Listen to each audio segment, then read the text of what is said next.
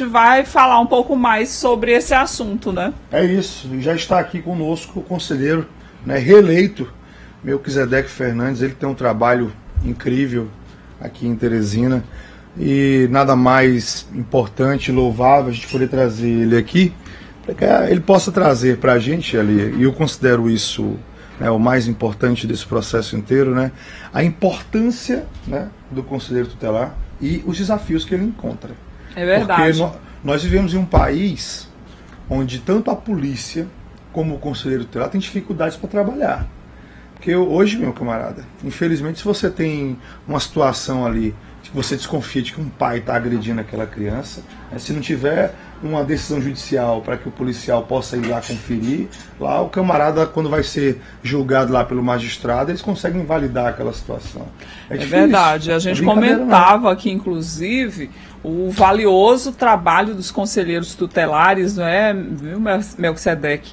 Que em muitos casos tem a falência da entidade familiar, e aí o conselheiro entra para suprir essa deficiência, né? Que deveria ser um suporte apenas, mas acaba substituindo, porque naquela família, naquela casa, não tem aquela entidade que é tão forte, que é a questão da família estruturada, né? Bom dia, Melquisedeque, parabéns, seja muito bem-vindo. Bom dia, Renato, muito obrigado pelas felicitações aí pela reeleição. E nós agradecemos aí por todo o eleitorado, né? Por todos que confiaram no nosso trabalho o suficiente para nos conceder mais essa oportunidade de continuar atuando em prol da criança e do adolescente. Melquisedeque, Teresina tem quantos conselheiros hoje? Teresina tem 35 conselheiros tutelares, que são distribuídos em 7 conselhos em cada zona de Teresina. Olha só, o trabalho de vocês é intenso, né, Melquisedeque? É intenso, bastante intenso. Todo dia há um conselheiro tutelar de plantão, que durante esse plantão, toda e qualquer denúncia que ele receber, ele tem esse dever de estar dando uma resposta à sociedade. A denúncia não tem hora para aparecer, provém de todos os órgãos, da educação, da saúde, sim, da comunidade. Então é um trabalho mesmo extenuante, árduo e desafiador. Agora é um número muito pequeno, né, Li? Você vê que a gente tem a capital de quase 1 milhão de habitantes, uma população flutuante de 1,5 milhão de habitantes, e você conta aí com 35 profissionais para exercer um papel extremamente importante. Está colocando aí que a gente tem um profissional para uma média de 30 mil habitantes?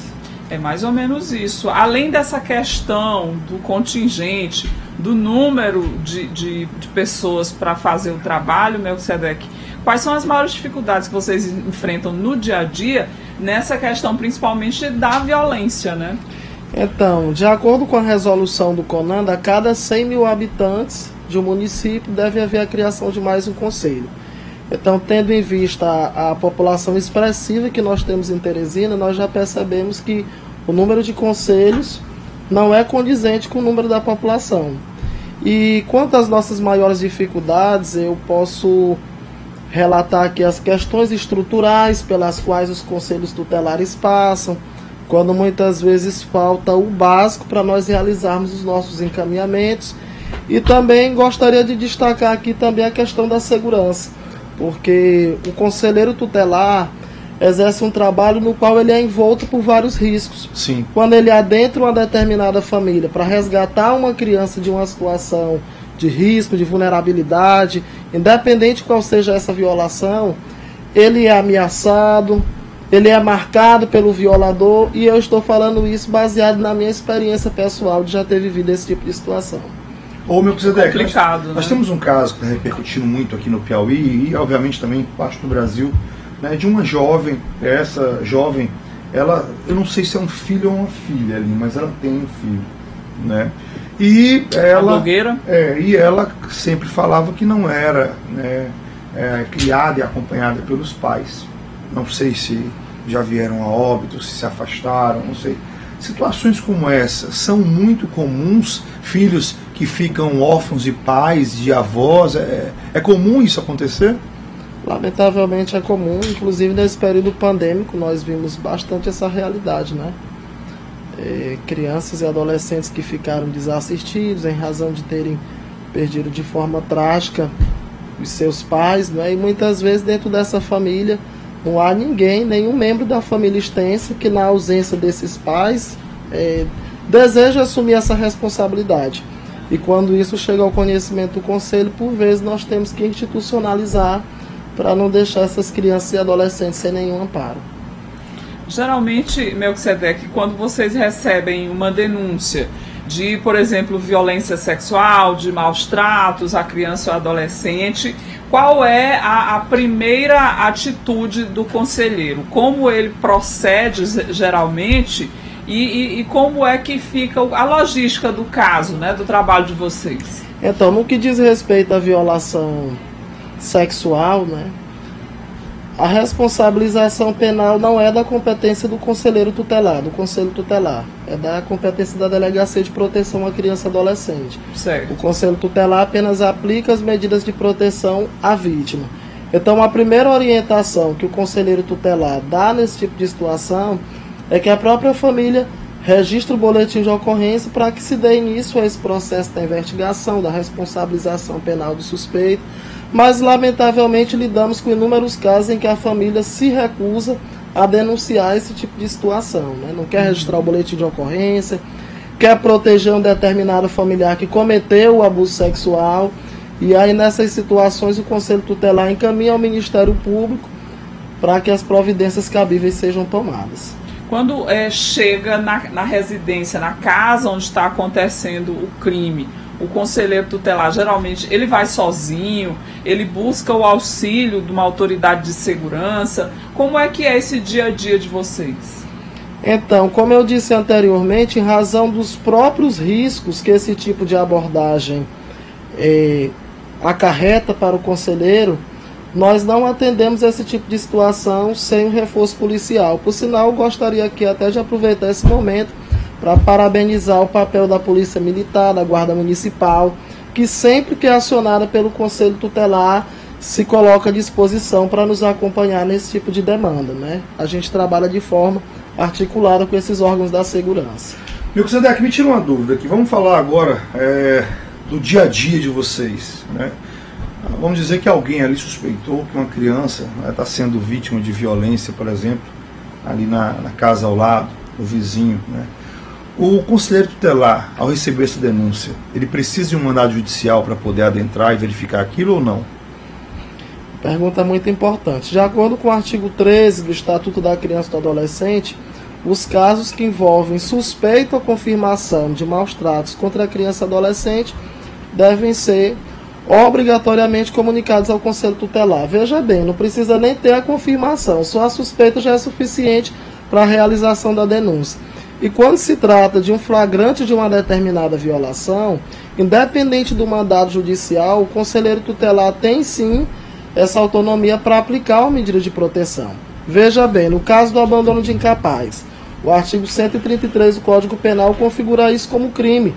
Se o conselheiro tutelar for acionado e encontrar uma criança em situação de abandono, sem nenhum responsável, independente do horário do dia, ele tem a autonomia garantida pela lei para aplicar uma medida de proteção nessa criança, para afastá-la desse ambiente onde ela está deixada só, localizar alguém na família extensa que possa se responsabilizar e, na ausência dessa pessoa, até realizar a institucionalização. Eu quero agora aprofundar essa discussão, né? Porque a polícia, obviamente, ela tem ali também o direito de ingressar em uma situação como essa, né? Ele não pode prevaricar, o profissional não pode prevaricar, né? Ali na condição de crime.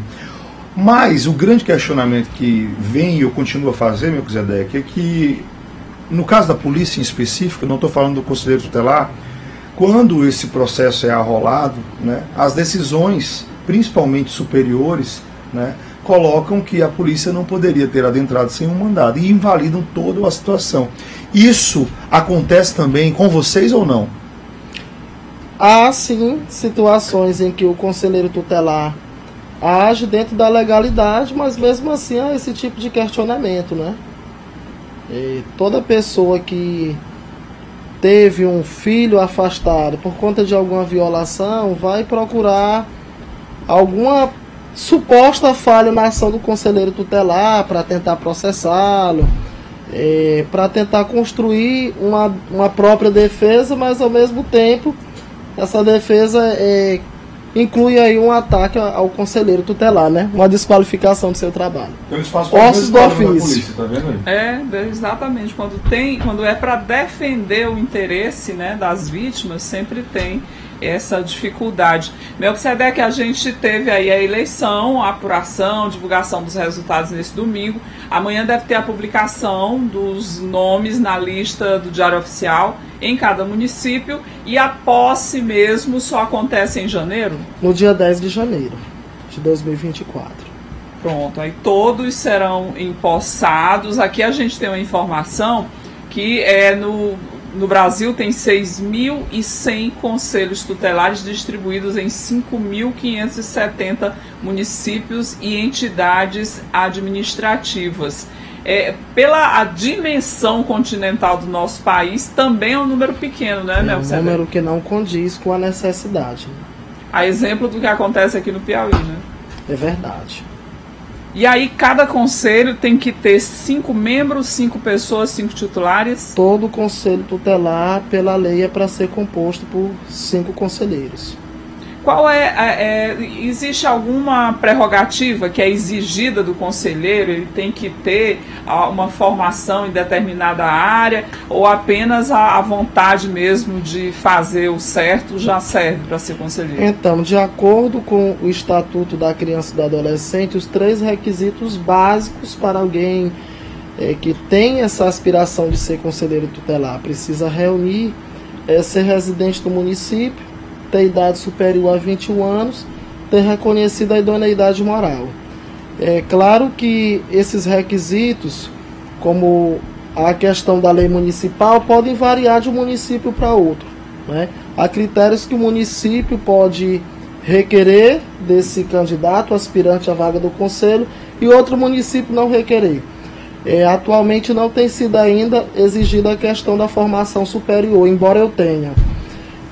Tem sido exigida apenas a questão do ensino médio. É isso aí, um mandado aí de 4 anos, né, para cada equipe, e são obrigados, Renata, a se dedicar exclusivamente, né, a essa função, porque, como no caso do Melquisedeque citou aqui, a violência, as denúncias, elas não têm hora, né, para acontecer. Às vezes o conselheiro está lá dormindo e acontece de ter uma denúncia, né? E aí dele se não ouvir o telefone. Olha aí, tá vendo? Dedicação máxima. E a gente vai além, viu, Melquisedeque? A gente acha que os conselheiros tutelares, eles acabam ajudando a polícia a antecipar crimes, a fazer com que não aconteça algo pior, mais trágico, uma morte. Então o papel de vocês é muito importante nesse combate à violência, que tenhamos mais e mais conselheiros para fazer essa tarefa. Muito obrigada, um bom mandado aí para vocês. Muito obrigado. Que vocês consigam realizar um excelente trabalho, cada vez mais eficiente, porque como disse o Renato, não pode ter nenhum furo para que vocês não tenham o trabalho voltado contra vocês, né? Para que vocês não possam ser processados pelos agressores, e sim, vocês é que devem punir, ajudar a punir esses homens e mulheres que cometem violências aí contra criança e adolescente. E eu quero aqui agradecer aos 1.001 eleitores sem os quais eu jamais teria alcançado essa vitória. Se a gente conseguiu essa eleição, certamente é porque o nosso trabalho tem sido avaliado de forma bastante positiva pela sociedade, e fica aqui o meu agradecimento a todos. Eleição difícil, viu, ali? Eu não vou nem questionar o Melquisedeque sobre esse tema, mas é uma eleição para a grande população que os vereadores e aqueles que ali buscam ser pré-candidatos a vereadores, eles buscam de maneira firme eleger os seus candidatos, porque ali eles têm uma previsão da força das suas lideranças, né? E o voto, ele é facultativo, né? Sim, tem esse detalhe aí, que a pessoa não é obrigada a votar, ela vota lá mesmo por uma consciência coletiva e de cidadania, né? Tomara que a gente tenha mais essa consciência para incentivo a essa participação mais incentivo, né? Para que possa votar cada vez mais, que eles têm um papel fundamental nesse combate à violência. Verdade. Obrigado, Melquisedeque. Eu agradeço pelo espaço. Uma ótima semana para você e mais uma vez parabéns. Vamos pro intervalo ali. Vamos pro intervalo, já a gente volta. Obrigado, meu amigo. Você está assistindo Crime e Castigo.